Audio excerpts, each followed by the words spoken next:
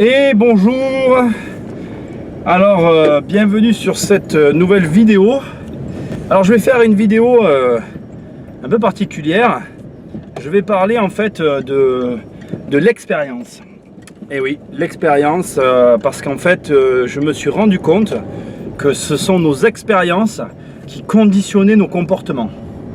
Alors j'ai toujours eu une théorie là-dessus, assez étrange d'ailleurs. J'appelais ça la théorie des cercles. Pour moi, la vie était un cercle. Nos vies, à chacun d'entre nous, c'est un cercle. Et en fait, on vit dans ce cercle, on tourne dans ce cercle. Et pour moi, en fait, j'emploie souvent l'expression, il faut couper le cercle. C'est-à-dire que je m'explique. Par exemple, quelqu'un qui va avoir tendance à beaucoup manger, va garder cette habitude, va rester enfermé dans son cercle, du coup il va devenir obèse, il va avoir du mal à faire de l'exercice, et il est dans un cercle. Et quand je dis il faut couper le cercle, en fait je dis qu'en gros, il faut être capable à un moment donné ou à un autre de se dire, ben voilà, mon habitude, je dois l'arrêter pour pouvoir changer en fait. Alors je pense, il faut quand même que vous sachiez, me concernant, j'ai du mal avec le changement. Je pense que foncièrement, on reste tous... on ne peut pas changer complètement, on peut juste évoluer d'une certaine manière. Bon, on repart depuis le départ. Il m'a vu, lui. Nos expériences sont conditionnées et conditionnent notre vie. Je m'explique. Ma mère a dans son entourage une personne qui a une mauvaise expérience générale dans l'immobilier. Et le pire, c'est que cette personne précise a de l'immobilier. Mais du coup, elle a même de l'immobilier, on va dire que si elle avait une meilleure expérience, elle a le potentiel de vivre de son immobilier. C'est-à-dire que certaines personnes, je vais même extrapoler, et sans aller chercher loin, moi par exemple, si j'avais son immobilier, je vivrais de l'immobilier aujourd'hui. Et c'est intéressant de voir qu'elle n'en vit pas, elle le subit. Car son expérience immobilière la cantonne à de la dépense. C'est-à-dire que pour elle, l'immobilier se résume à de la dépense, à de la perte. Et donc elle vend ses biens. On parle de quelqu'un qui possède quand même des biens qui tiennent sur les deux doigts de la main. J'ai lâché le volant, c'est mal. Et donc vous imaginez, il y a des gens qui travaillent toute une vie pour arriver à se constituer ce genre de patrimoine. Notamment moi par exemple. Et elle en a hérité. C'est quand même vachement intéressant de voir que elle a hérité de quelque chose, donc elle n'a pas conscience de ce qu'elle a, mais son expérience lui disant l'immobilier coûte de l'argent, elle n'en vit pas aujourd'hui. Son immobilier lui coûte de l'argent, il est plutôt mal géré, soyons clairs. Donc, conséquence, son expérience conditionne sa vie d'investisseur. Alors vraiment c'est très intéressant de voir à quel point l'expérience nous touche, parce que là je ramène ça à l'immobilier qui est mon sujet, mais je pourrais le ramener dans tout. Je vais vous prendre un autre exemple qui n'a rien à voir avec l'immobilier. Moi je fais du sport, j'en fais depuis toujours. Je peux même dire que j'ai l'âme d'un sportif faite et finie. Je n'arrive pas à vivre sans faire de sport. Et je connais quelqu'un qui ne fait pas du tout de sport, qui est dans une situation quotidienne, professionnelle, etc. où en fait il n'a plus de situation, bon bref, depuis un certain temps, et d'un coup il s'est dit je vais faire du sport. Et il a fait ça d'un coup et d'une manière très élevée, et donc il a agressé son corps. Conclusion, il a eu des conséquences médicales assez importantes et dramatiques par rapport au peu d'efforts qu'il a fournis. Et conclusion, il n'aime plus le sport aujourd'hui. Et donc, notre expérience, donc là on parle encore d'une expérience qui a conditionné sa vision du sport, alors que simplement s'il s'était pris autrement, ou si les choses s'étaient passées différemment, aujourd'hui sa vision serait complètement différente. Donc nos expériences conditionnent beaucoup notre manière de gérer et de vivre tout le reste. Et c'est vrai que c'est vraiment très intéressant de voir à quel point l'expérience est liée des fois à des petites choses de la vie, du quotidien, on ne s'imagine pas. Alors je fais cette vidéo, au final, elle n'a pas une très grande valeur ajoutée en termes immobiliers, mais elle est vraiment importante parce que il faut que vous compreniez une chose qui est très importante. Je pense que on fait tous des erreurs et on a tous des mauvaises expériences. Et c'est vraiment pour moi la manière dont on va gérer ces expériences qui qui va faire la différence entre la réussite de certains et l'échec d'autres. Alors, moi je fais que parler dans ma voiture, et vous, si vous m'écoutez, vous m'écoutez, et vous vous dites c'est facile à dire. Quand on a des mauvaises expériences et qu'on les vit, la personne qui conseille, comme moi je suis en train de le faire, d'essayer d'y voir du bon, c'est vraiment, vous vous dites oui mais il n'a pas vécu ce que j'ai vécu. Mais c'est vrai, on vit, chacun d'entre nous vivons des choses que l'autre ne va pas du tout émotionnellement, et encore une fois par rapport à son expérience, gérer de la même manière. Mais ce qui est super intéressant de voir, c'est qu'il y a des gens qui ont une gestion des problèmes et de leurs mauvaises expériences qui est complètement singulière. Vous vous dites, mais comment ce mec-là arrive à penser comme ça? Moi, par exemple, toute ma vie, ma mère m'a répété, perte d'argent n'est pas mortelle. Je ne peux pas dire que j'ai été élevé comme ça, mais je peux dire, j'ai un peu été conditionné, on m'a quand même enseigné, on m'a dit, si tu perds de l'argent, c'est pas grave. Il y a des gens qui ne vous diront jamais qu'ils ont perdu de l'argent. Moi, j'en ai perdu, j'en perds encore, je continuerai d'en perdre.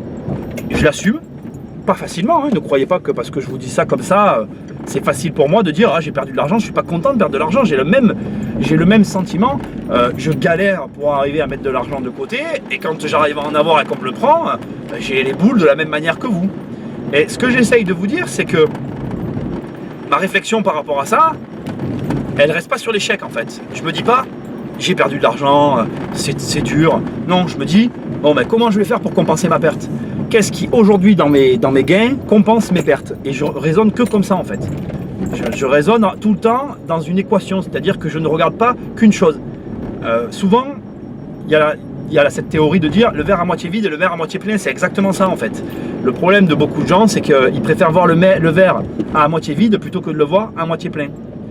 Dans le sport, je vais ramener ça au sport, quand je fais des séries, que je commence une série, quand je fais un 40x100 par exemple, c'est sûr que le premier, quand je fais un premier 100 mètres, je me dis il en reste 39. Hein. Mais en fait, vous pouvez vous dire aussi, moi dans ma tête, je sais que les 10 premiers seront toujours faciles. Je sais que les 20 du milieu, les 10 suivants sont quand même difficiles. Les 10 avant la fin, c'est les plus durs parce que vous en avez fait 20 déjà, et vous en avez fait la moitié. C'est le milieu le plus dur en fait, parce qu'il y en a 10 qui vont être très durs physiquement. Les 10 derniers, de toute façon, vous êtes morts. Vous savez que les 10 derniers, vous êtes morts, ça sert à rien, vous les avez dans l'os. Voilà, le sport m'a appris ça en fait. Je crois que c'est dans le sport que j'ai trouvé vraiment ma réponse à l'expérience. Je me rends compte que les choses sont comme elles sont, et que malheureusement, il faut faire avec. Et c'est en essayant de faire avec qu'on arrive à s'en sortir. Alors je reviens maintenant à la théorie du cercle, du début, parce que c'était quand même ça le point. Alors je vous ai parlé de ma théorie du cercle. La vie c'est un cercle. On est tous dans des cercles, on est enfermés dans nos cercles. Et à un moment donné, il faut être capable de couper le cercle. Pourquoi? Parce que vos cercles, ce sont que les vôtres. Quand on est dans un cercle, on est conforté par nos raisonnements, on est conforté dans notre manière de penser, et on tourne. Et la vie, on l'a tous vu, je pense, j'espère qu'on voit tous la même chose. La vie, c'est un éternel recommencement et on est tous enfermés dans nos cercles. Couper le cercle, ça ne veut pas dire changer, ça veut dire s'ouvrir aux autres. Quand vous êtes dans un cercle et que vous continuez inlassablement à faire quelque chose, eh bien, vous ne voyez pas d'autres choses. Et souvent, les réponses sont ailleurs. Je pense que tout le monde aujourd'hui connaît la définition de la folie. La folie, c'est faire inlassablement la même chose en espérant avoir un résultat différent. Vous ne vous imaginez pas combien il y a de personnes, y compris moi, vous, nous tous, combien nous sommes nombreux à vivre comme ça, à répéter inlassablement les mêmes choses dans un cercle, en espérant avoir un résultat différent. Et là, quand on le dit, c'est vrai que c'est complètement fou en fait. Vous ne pouvez pas inlassablement faire la même chose et espérer avoir à un moment donné un résultat différent. Vous ne pouvez pas continuer à répéter les mêmes mécanismes et espérer que le résultat soit différent. Vous devez couper vos cercles, arrêtez pas de faire ce que vous faites, parce que des fois on est dans un cercle qui nous oblige. Je pense au travail. Moi, quand j'entends des gens qui me disent j'arrête mon travail pour avoir quelque chose de mieux, c'est peut-être pas là la solution en réalité. On va chercher souvent ailleurs ce qu'on a déjà sous la main. Commencez par voir dans votre cercle ce que d'autres font de la même manière que vous et comment ils font pour mieux réussir. Pour clôturer cette vidéo, je vais vous donner un exemple. J'ai pas mal parlé de sport dans cette vidéo et je vais finir avec le sport. J'ai eu à un moment donné de ma vie je peux dire, de pas mauvais résultats en sport. J'ai pas été bon, j'ai pas été mauvais, j'ai été un sportif, je me suis accompli, j'ai atteint mes objectifs en termes de temps, puisque je fais de la natation et que donc je suis lié au temps. J'ai atteint mes objectifs de temps, je pense que j'aurais pu faire mieux, mais mon gros défaut c'est l'irrégularité. Et là récemment, j'ai un ami très proche avec qui je me suis toujours énormément entraîné, qui a changé de club. Ça m'a beaucoup affecté parce que très simplement, on a toujours eu l'habitude de nager ensemble et moi, du coup, je n'ai plus ce compagnon d'entraînement qui était vraiment, au-delà d'un ami qui est toujours mon ami fidèle et pour qui j'ai toujours les mêmes liens, il y avait cette espèce d'attachement sportif qui était important pour moi. Et il a changé de club. Et récemment, on a discuté, il a de meilleurs résultats dans un autre club en s'entraînant moins. Et j'ai trouvé ça m'a fait énormément réfléchir. J'ai pu aller nager 2 fois avec lui, parce que mon emploi du temps et la situation géographique ne me permettaient pas d'y aller plus, c'est très récent d'ailleurs. Et je suis ressorti de là très très motivé, parce qu'en fait en réfléchissant, j'ai réalisé une chose toute simple, je pense avoir compris la différence entre lui et moi. Il a continué son même train-train dans son même cercle en fait, mais il a changé des éléments de son cercle. Et aujourd'hui il a de meilleurs résultats sportifs. Et en y regardant de plus près, j'y ai posé des questions, parce qu'il s'entraîne moins. Il a changé des petites choses, et pas ce que je pensais, parce qu'on a tendance à se dire il s'entraîne plus puisqu'il a de meilleurs résultats. Non, il s'entraîne moins. Donc vous voyez, en plus, dans ce que j'essaye de vous dire, en fait, c'est vraiment quand je vous dis couper le cercle, ça ne veut pas dire changer tout, ça veut dire changer des choses qui vont amener du résultat. Parce qu'en réalité, c'est ça, ce que j'essaye de vous dire. C'est que, en fait, des fois, on pense qu'en donnant plus, on recevra plus, et des fois, c'est tout simplement pas là la réponse. Des fois, il suffit de changer un petit truc, on va même moins faire et on aura plus de résultats. Et là, ça devient hallucinant. Vous vous dites, mais attends, mais s'il a ce secret-là, moi, je le veux, je veux y arriver. Et ça sert à rien que je vous dise ce que j'ai trouvé, parce que il y a quelque chose que j'ai compris aussi récemment, il faut que nous-mêmes on trouve nos réponses. Donc c'est à vous de trouver votre réponse. Dans votre cercle, il est certain que vous faites des choses comme moi je l'ai fait, comme moi là aujourd'hui je m'entraîne énormément. Je pense que j'ai accès à plus d'entraînement que lui, mais ça ne sert à rien parce que j'ai moins de résultats que lui. Donc il faut bien que je change d'autres choses. Donc c'est ça que je veux vous dire. Réfléchissez dans quel cercle vous êtes renfermé. Et si dans ce cercle, il n'y a pas des gens autour de vous auxquels vous devriez vous ouvrir pour pouvoir avoir des réponses qui vont vous amener de meilleurs résultats. Donc votre expérience qui est aujourd'hui conditionnée, n'ayez pas peur de la remettre en cause. Fermez vos yeux, même si vous avez peur par exemple de faire un truc et que vous vous dites non mais ça je ne peux pas le faire parce que j'ai peur de le faire. Si vous savez qu'il y a du résultat derrière, fermez les yeux et faites-le comme si vous ne l'aviez jamais fait. Oubliez votre mauvaise expérience et relancez-vous. C'est vraiment important d'être capable à un moment donné de se remettre en cause et de se dire voilà, là j'ai peut-être pas la bonne formule, lui il l'a. Et du coup, si lui il a la formule, je vais voir ce que lui il fait qui va peut-être m'apporter à moi. Voilà, coupez le cercle, sortez du cercle. Je vous dis à très bientôt pour une prochaine vidéo.